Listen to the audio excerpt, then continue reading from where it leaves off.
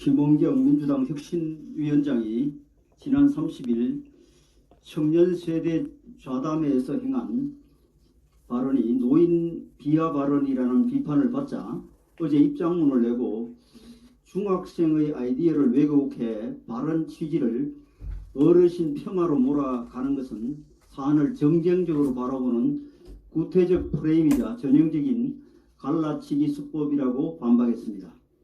그런데 김혁신위원장의 발언을 자세히 들여다보면 둘째 아들의 발언을 왜곡해 사안을 정쟁화하고 세대 갈라치기를 하고 있는 사람은 김혁신위원장 본인임을 알 수 있습니다. 왜 나이 드신 분들이 우리 미래를 결정해라며 각 유권자에게 남은 기대 수명에 따라 비례적으로 투표권을 주자는 아들의 발상은 중학생다운 순진한 생각입니다.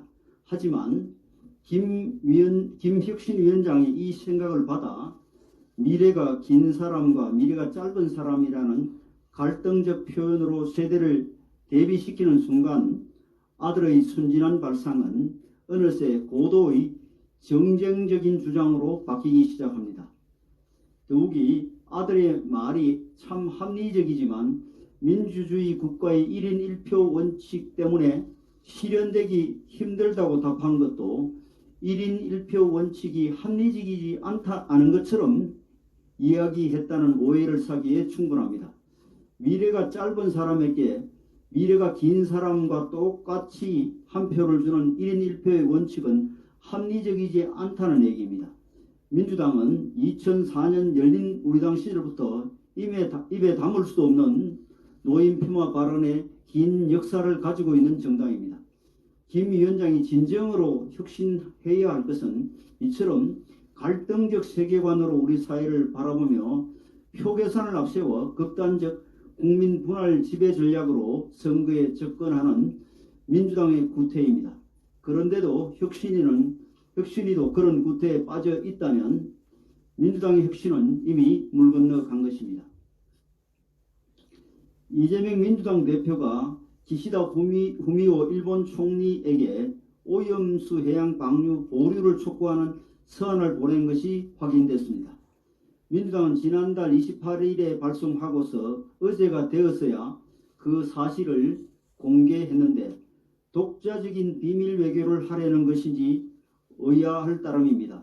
오염수 해양 방류 보류, 상설 협의체에서 처리 방안 재검토, 재정 비용 관련국 지원, 원전 공동관리기구 구성, 보류기간 종료 시 국제해양법 재판소에 잠정 조치 청구 등 서한에 담긴 5개의 요구사항도 국제기구와 관련국 사이에 논의된 적이 없는 생뚱맞은 내용들이고 우리 정부의 외교 방침과도 어긋납니다. 외교는 헌법상 대통령과 행정부의 고유 권한입니다.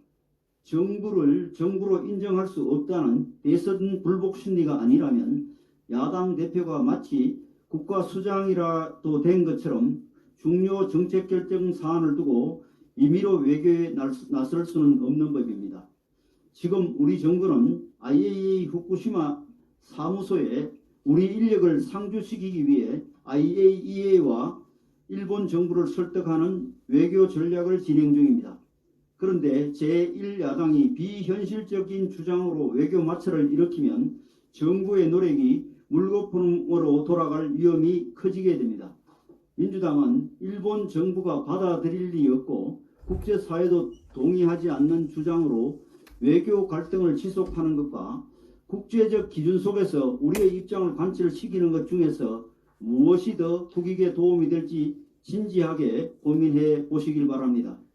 민주당 대표는 국내에서 더 이상 오염수 선동에 대한 호응이 없자 일본 정부를 자극해 이슈를 재점화해 보고자 했을 것입니다. 민주당은 태평양 도서국 서한 때 망신을 당한 것도 모자라 또 다른 외교 망신을 자처하는데 국내의 과학계도 설득시키지 못하는 민주당의 주장이 어떻게 타국 정부와 국제사회로부터 의미 있는 응답을 받을 수 있겠습니까? 민주당은 오염수 선동에 대한 실패를 받아들이고 이제는 그만 자중하시길 바랍니다.